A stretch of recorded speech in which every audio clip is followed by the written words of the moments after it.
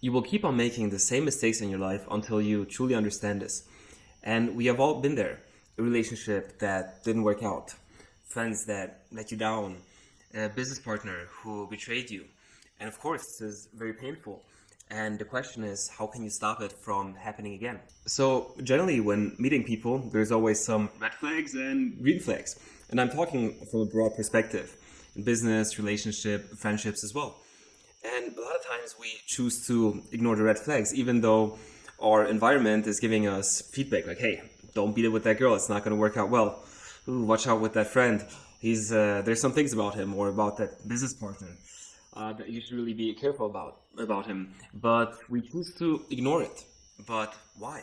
So this one is very important. We are most easily manipulated by the things that are most important to us.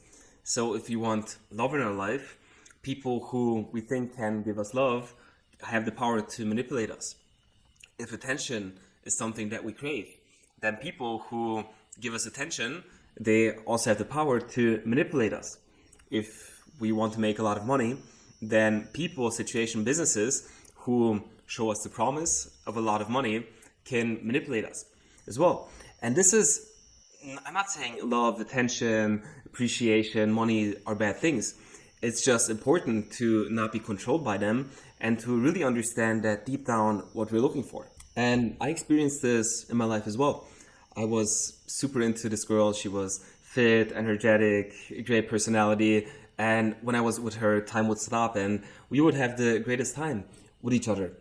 However, there were also some red flags. She would cancel on dates last second and other things that I don't want to get into right now. But for me, the positives outweighed the negatives. However, it didn't work out. And I was hurt after. However, the truth is, the red flags were there. I just choose to ignore them because at that point of my life, I was seeking intimacy and companionship. And maybe you have been there as well. I have another example of my early 20s where I was very money motivated. So opportunities and people who would have that idea or opportunity of money, I was very eager and ready to go. However, I didn't really test their loyalty. And the truth is, their loyalty was always with them, what's best for them.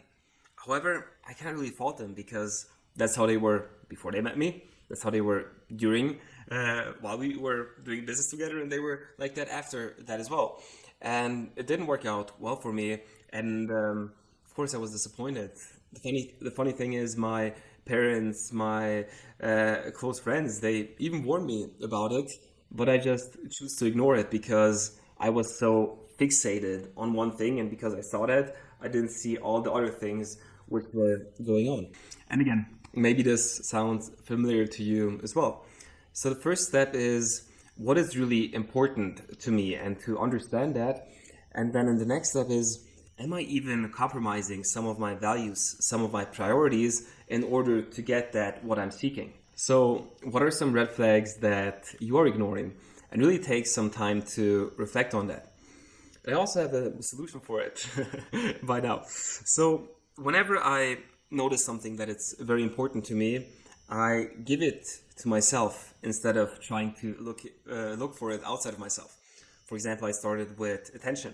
And whenever I would notice myself trying to say something to get attention or appreciation, I took a step back and I appreciated myself. I gave attention to the wounded inner child that I had inside of myself.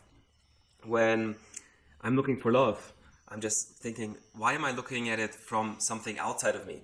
I need to cultivate that love inside first to be able to share it with others, and then it will come around. And the same thing goes for money. Instead of looking for people or opportunities where I can make a lot of money, I focus on creating that abundance within. I focus on cultivating that self-confidence and putting myself out there, and the right people will gravitate towards me, and I don't need to chase people or business opportunities anymore. So whatever you're deep down truly seek, whether it's appreciation, love, money, whatever it is for you, really understand the dangers behind of it, that you can be controlled by that, and don't just put yourself out in the world trying to hope that somebody else is going to give it to you. in order for you to get it, it's going to require a lot of inner work. And once you start cultivating that love, that inner abundance, the things on the outside will start to take care of themselves. So I really want to encourage you to look within, and the times that things didn't work out and you were the victim, when did you slip? When did you compromise your values, your priorities? When did you choose to ignore the red flags? Also, feel free to comment about some red flags that you choose to ignore in the past and now where you're making that change as well. And like this video so more people see this type of content of inner growth, healing, and subscribe to the channel, and I'll see you in the next video.